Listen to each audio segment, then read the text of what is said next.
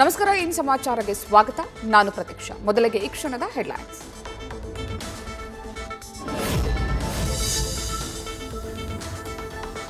ಜಮ್ಮು ಕಾಶ್ಮೀರದ ಶ್ರೀನಗರದ ಪೊಲೀಸ್ ಠಾಣೆಯಲ್ಲಿ ಭಾರೀ ಸ್ಫೋಟ. ನೌಗಂ ಠಾಣೆಯ ಸ್ಫೋಟಕ್ಕೆ 8 ಮಂದಿ ಸಾವನ್ನಪ್ಪಿದ್ರೆ 27 ಮಂದಿಗೆ ಗಾಯ. ಫರೀದಾಬಾದ್ನಲ್ಲಿ ವಶಪಡಿಸಿಕೊಂಡ ಸ್ಫೋಟಕ ವಸ್ತುಗಳ ಮಾದರಿ ತೆಗೆದುಕೊಳ್ಳುವಾಗ ಬ್ಲಾಸ್ಟ್.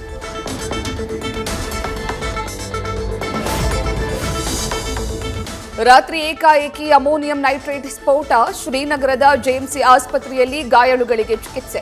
ಶ್ವಾನದಳ ಪೊಲೀಸರಿಂದ ಶೋಧ ಕಾರ್ಯಾಚರಣೆ.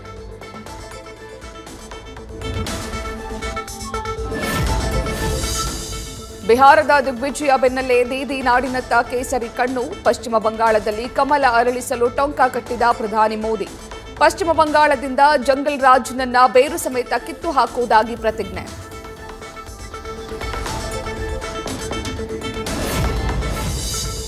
ಗೆಲುವಿನ ಮೆರವಣಿಗೆಯಲ್ಲಿ ಎನ್ಡಿಎ ಜಯದ ರಹಸ್ಯ ಬಿಚ್ಚಿಟ್ಟ ಮೋದಿ. ಮಹಿಳೆಯರು ಪ್ಲಸ್ ಯುವಕರು ಎನ್ನುವ M+Y ಸೂತ್ರ ಕಾರಣ. ಆರ್ಜೆಡಿಯ ಕಟ್ಟ ಸರ್ಕಾರ ಎಂದಿಗೂ ಮರಳಲ್ಲವೆಂದು ಭವಿಷ್ಯ.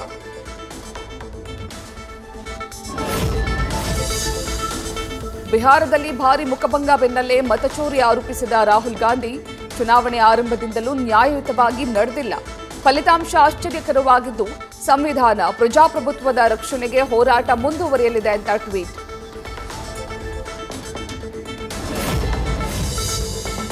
ರಾಹುಲ್ ಗಾಂಧಿ ಟೀಕಿಸಿದ ಅಮೆರಿಕದ ಖ್ಯಾತ ಗಾಯಕಿ ಮೇರಿ ಮಿಲ್ಬೇಗ್. ಪ್ರೀತಿಯ ರಾಹುಲ್ ಹಾಗೂ ಎಲ್ಲ ಗಾಂಧಿ ಗೂಂಡಾಗಳು ನನ್ನನ್ನು ಟ್ರೋಲ್ ಮಾಡ್ತಾ ಇದ್ರು. ಈಗ ಸ್ನೇಹಿತ ಪ್ರಧಾನಿ ಮೋದಿ ಬಿಹಾರ ಚುನಾವಣೆಯಲ್ಲಿ ಭರ್ಜರಿಯಾಗಿ ಗೆದ್ದಿದ್ದಾರೆಂದು ವ್ಯಂಗ್ಯ. ಆರ್ಜೆಡಿ ಹಿರಿಯ ನಾಯಕ ವಿನೋದ್ ಮಿಶ್ರಾ ವಿರುದ್ಧ ಮೈಥಿಲಿ ಠಾಕೂರ್ ಭರ್ಜರಿ ಗೆಲುವು.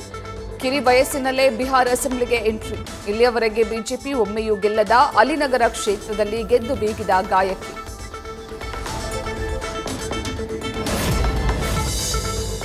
ಗ್ಯಾಂಗ್ಸ್ಟರ್ ಹಾಗೂ ಜೈಲಿನಲ್ಲಿ ಖೈದಿಯಾಗಿರುವ ಜೆಡಿಯು ಅಭ್ಯರ್ಥಿ ಅನಂತ್ ಕುಮಾರ್ ಸಿಂಗ್ ಗೆಲುವು. ಇತ್ತೀಚೆಗಷ್ಟೇ ಜೈಲು ಪಾಲಾಗಿದ್ದ ವಿವಾದಾತ್ಮಕ ಶಾಸಕ ಅನಂತ್ ಸಿಂಗ್ ಭರ್ಜರಿ ಜಯಬೇರಿ. 28,000 ಮತಗಳ ಅಂತರದಿಂದ ಎಂಜಿಬಿ ಅಭ್ಯರ್ಥಿಗೆ ಸೋಲಿನ ರುಚಿ. ಬಾಗಲಕೋಟೆಯಲ್ಲಿ ಕಬ್ಬಿಗೆ ಬೆಂಬಲ ಬೆಲೆಗಾಗಿ ಆಗ್ರಹಿಸಿ ನಡೀತಾ ಇದ್ದ ಪ್ರತಿಭಟನೆ ಸುಖಾಂತ್ಯ. ಎಲ್ಲಾ ರೈತರಿಗೂ ಏಕರೂಪ ಬೆಲೆ 3,300 ರೂಪಾಯಿ ನೀಡುವುದಾಗಿ ಸರ್ಕಾರ ಘೋಷಣೆ. ಕಬ್ಬಿನ ಎಫ್ಆರ್ಪಿ ರಿಕವರಿ ದರದ ವಿರುದ್ಧ ಗೆದ್ದು ಬೀಗಿದ ರೈತರು. ಮಂಗಳೂರು ಹೊರವಲಯದ ಸುರತ್ಕಲ್ನಲ್ಲಿ ಸಿಎನ್ಜಿ ಟ್ಯಾಂಕರ್ ಲೀಕ್ ಆಗಿ ಆತಂಕ. ಮುನ್ನೆಚ್ಚರಿಕೆಗಾಗಿ ಹೆದ್ದಾರಿ ಮೇಲ್ಸೇತುವೆ ತಾತ್ಕಾಲಿಕವಾಗಿ ಸಂಪೂರ್ಣ ಬಂದ್. ಸರ್ವಿಸ್ ರಸ್ತೆಯ ಮೂಲಕ ವಾಹನ ಸಂಚಾರಕ್ಕೆ ವ್ಯವಸ್ಥೆ.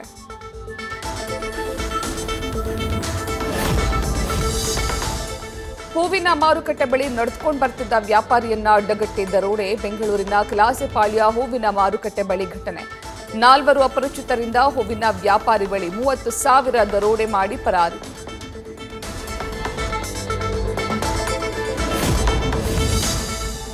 ಮೈತ್ರಿ ಸಂಸದರು ಕೇಂದ್ರದಿಂದ ಆಗ್ತಿರುವ ಅನ್ಯಾಯದ ಬಗ್ಗೆ ಬಾಯ್ ಬಿಡ್ತಿಲ್ಲ. ಆರ್ಥಿಕವಾಗಿ ರಾಜ್ಯಕ್ಕೆ ಬಗೆಯುತ್ತಿರುವ ದ್ರೋಹದ ಬಗ್ಗೆಯೂ ಮಾತನಾಡಲ್ಲ. ಪ್ರಹ್ಲಾದ್ ಜೋಶಿ ಒಂದೇ ಒಂದು ದಿನ ರಾಜ್ಯದ ಪರವಾಗಿ ಕೇಂದ್ರದಲ್ಲಿ ಧ್ವನಿ ಎತ್ತಿಲ್ಲ ಅಂತ ಸಿಎಂ ಆಕ್ರೋಶ. ಬೆಂಗಳೂರಿನಲ್ಲಿ ತೆರಿಗೆ ಕಟ್ಟದ ರೇಂಜ್ ರೋವರ್ ಕಾರು ಮಾಲೀಕನಿಗೆ ಆರ್ಟಿಒ ಶಾಕ್. ರಾಜ್ಯಕ್ಕೆ 94 ಲಕ್ಷ ತೆರಿಗೆ ಕಟ್ಟಬೇಕಿದ್ದ ಮಾಲೀಕ 7 ದಿನದೊಳಗೆ 94 ಲಕ್ಷ ತೆರಿಗೆ ಕಟ್ಟುವಂತೆ ಸೂಚನೆ.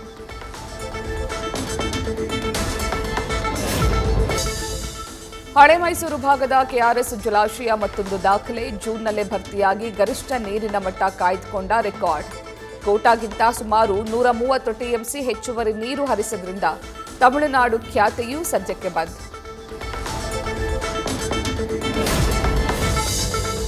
ಅಸ್ಸಾಂನಲ್ಲಿ ಅದಾನಿ ಕಂಪನಿಗೆ 63,000 ಕೋಟಿ ರೂಪಾಯಿ ಮೌಲ್ಯದ ಯೋಜನೆಗೆ ಅನುಮತಿ. 2 ಪರಿವರ್ತನಾ ಯೋಜನೆಗಳಿಗೆ ಅಸ್ಸಾಂ ಸರ್ಕಾರದಿಂದ green signal.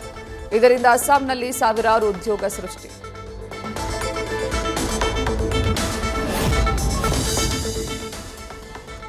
Action prince Dhruva Sarja ನಟನೆಯ ಹೊಸ ಸಿನಿಮಾ ಅದ್ದೂರಿಯಾಗಿ ಸೆಟ್ಟೇರ್ತಾ ಇದೆ.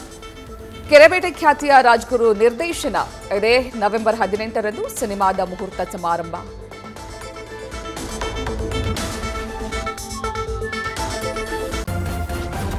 ನ್ಯೂಸ್ ಫಸ್ಟ್ ನಿರ್ಭೀತಿಯಿಂದ ನಿಮ್ಮ ಪರವಾಗಿ.